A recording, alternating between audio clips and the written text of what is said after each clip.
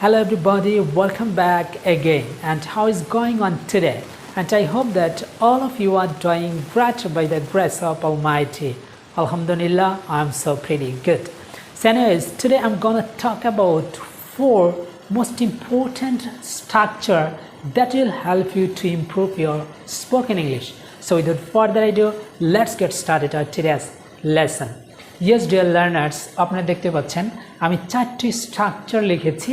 এই চারটি স্ট্রাকচার শেখার মাধ্যমে আমরা আমাদের স্পোকেন ইংলিশটাকে আরও ডেভেলপ করব। যারা দ্রুত ইংরেজি শিখতে চাচ্ছেন, যারা ইংরেজির ভয়টাকে কাটিয়ে দ্রুত ইংরেজি শিখতে চাচ্ছেন, তাদের জন্য এই লেসনটি।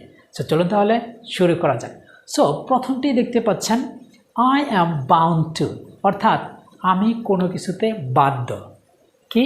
I am bound to dash, মানে আমি কোনো কিছুতে বাধ্য। এখন এটা দিয়ে আমরা কীভাবে বাক্য তৈরি করতে পারি? সো তার আগে আমরা একটু জিনিস শিখে নেব। সেটা হচ্ছে, সাপোজ আমি যদি বলতে চাই যে আমি বাধ্য, তাহলে বলবো আই অ্যাম বাউন্ড টু, আমি বাধ্য। তুমি বাধ্য, তাহলে হবে you are bound to dash, তুমি কোনো কিছুতে বাধ্য। তারা কোনো কিছুতে বাধ্য, তাহলে হবে দে আর বাউন্ড টু ড্যাশ, তারা কোনো কিছুতে বাধ্য। এখন যদি বলতে চাই আমরা কোনো কিছুতে বাধ্য, তাহলে বলবো we are bound to dash, আমরা কোনো কিছুতে বাধ্য। এখন যদি বলি সে কোনো কিছুতে বাধ্য, তাহলে হবে he or she is bound to dash, সে কোনো কিছুতে বাধ্য।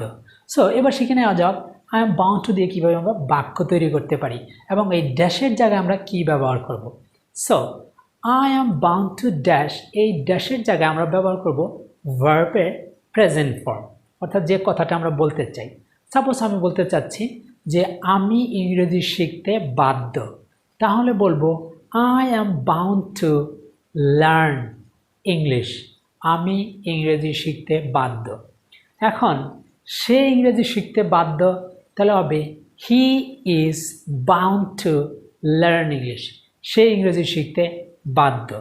এখন আমি যদি বলি তুমি আমার সাথে দেখা করতে বাধ্য, তাহলে হবে you are bound to meet me, you are bound to meet me, তুমি আমার সাথে দেখা করতে বাধ্য। অথবা আমরা এটাও বলতে পারি তুমি এই কাজটি করতে বাধ্য, তাহলে আমরা কীভাবে বলতে পারি you are bound to do this work, তুমি এই কাজটি করতে বাধ্য। সো এভাবে আই অ্যাম বাউন্ড টু দিয়ে কিন্তু আমরা অনেক বাক্য তৈরি করতে পারি। So now let's move on to the next one, and that is some people. এটা মানে কিছু লোক, সাম পিপল কিছু লোক, ঠিক আছে। সো এটা দিয়ে আমরা কীভাবে বাক্য তৈরি করতে পারি সেটা হচ্ছে, সাপোজ আমি বলতে চাচ্ছি যে কিছু লোক আমাকে বলেছিল, তাহলে আমি কীভাবে বলতে পারি সাম পিপল সেড বা টোল্ড মি, কিছু লোক আমাকে বলেছিল বা কিছু লোক বলেছিল, তখন আমরা বলবো সাম পিপল সেড, কিছু লোক বলেছিল। কিছু লোক সাহায্য করেছিল, তাহলে কীভাবে বলবো কিছু লোক সাহায্য করেছিল, তাহলে আমরা বলতে পারি সাম পিপল হেল্পড, কিছু লোক সাহায্য করেছিল। নর্মালি আমরা এই কথাটা, এই সাম পিপল আমরা অতীতের কোনো কথা বোঝাতে ব্যবহার করে থাকি, ঠিক আছে। যেমন তা আমি বলতে পারি কিছু লোক এসেছিল, সাম পিপল কেম, কিছু লোক এসেছিল। সো এই যে সাম পিপল, এরপরে আমরা ভার্বের বি টু ফর্ম ব্যবহার করব, ঠিক আছে। সো অতীতের কথা বোঝালে এটা আমরা ব্যবহার করব। এখন যদি বলি কিছু লোক আমার সাথে দেখা করতে এসেছিল, তাহলে কীভাবে বলবো some people came to meet me, some people came to meet me, কিছু লোক আমার সাথে দেখা করতে এসেছিল, ঠিক আছে। আমি যদি বলি কিছু লোক এটাকে সম্মতি প্রকাশ করেছিল বা সাপোর্ট করেছিল, তাহলে কীভাবে বলবো সাপোর্ট, তাহলে বলবো সাম পিপল সাপোর্টেড, কিছু লোক সাপোর্ট করেছিল। সাপোর্ট মানে সাপোর্ট করা, আর সাপোর্টেড পাস্ট টেন্স আমরা ব্যবহার করব, ঠিক আছে। সো এভাবে কিন্তু আমরা এই সাম পিপল দিয়ে বাক্য তৈরি করতে পারি এবং আমাদের মনের ভাব এবং মনের জড়তাটা দূর করতে পারি। So now next the another one, no need to মানে কোনো কিছুর দরকার নেই। আমরা অনেক সময় কিন্তু অনেক কথা বলে থাকি যে কোনো কিছুর দরকার নেই, অর্থে আমরা ব্যবহার করে থাকি নো নিড টু, কোনো কিছু দরকার নেই। তাহলে নো নিড টু দিয়ে আমরা কীভাবে বাক্য তৈরি করতে পারি? তাহলে নো নিড টু এরপর আমরা ব্যবহার করব ভার্বের প্রেজেন্ট ফর্ম বা V1 form. No need to ভার্বের প্রেজেন্ট ফর্ম। যেমন আমি যদি বলি যে নো নিড টু গো, যাওয়ার দরকার নেই। নো নিড টু গো, যাবার দরকার নেই। আমি যদি বলি খাবার দরকার নেই, তাহলে বলবো নো নিড টু ইট, খাবার দরকার নেই। আমি যদি বলি আসার দরকার নেই, তাহলে বলবো নো নিড টু কাম, আসার দরকার নেই। আমি যদি বলি শেখার দরকার নেই, তাহলে বলতে পারি নো নিড টু লার্ন, শেখার দরকার নেই। এখন যদি বলি ইংরেজি শেখার দরকার নেই, তাহলে আমরা বলতে পারি no need to learn English, ইংরেজি শেখার দরকার নেই। সো এটা তো আমি শিখালাম, ইংরেজি শেখার আবার দরকার থাকে না। সো আমরা বলতে পারি এটা করার দরকার নেই, তাহলে কীভাবে বলবো এটা করার দরকার নেই? তাহলে বলতে পারি no need to do this, এটি করার দরকার নেই। সো ডিয়ার লার্নার্স, এভাবে কিন্তু আমরা নো নিড টু দিয়ে বাক্য তৈরি করতে পারি। জাস্ট মনে রাখতে হবে নো নিড টু ব্যবহার করব কোনো কিছু করার দরকার নেই অর্থে। সো এবার আমরা শিখব মোস্ট ইম্পর্ট্যান্ট একটি structure, and that is likely two. So likely to মানে হচ্ছে যে কোনো কিছু করার সম্ভাবনা আছে বা ছিল। সো আমরা যদি বলতে চাই লাইকলি টু মানে কোনো কিছু করার সম্ভাবনা আছে বা ছিল অর্থে। এখন ধরুন আমরা এই লাইকলি টু এর পর কি ব্যবহার করব? সো লাইকলি টু এর পরে আমরা ব্যবহার করব ভার্বের প্রেজেন্ট ফর্ম। সো তার আগে বলে দিচ্ছি এটা আসলে সম্পূর্ণ একটা স্ট্রাকচার আমি বলে দিচ্ছি।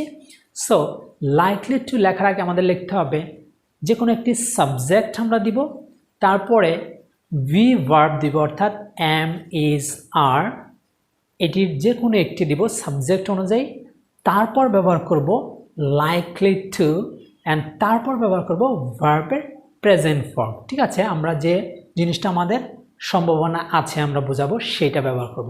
তার মানে আমি আবার বলছি, প্রথমে আমরা সাবজেক্ট ব্যবহার করব, ওই সাবজেক্ট অনুযায়ী এম, ইজ, আর এর যে কোনো একটি ব্যবহার করব, তারপর লাইকলি টু ব্যবহার করব, তারপর ভার্বের প্রেজেন্ট ফর্ম আমরা ব্যবহার করব।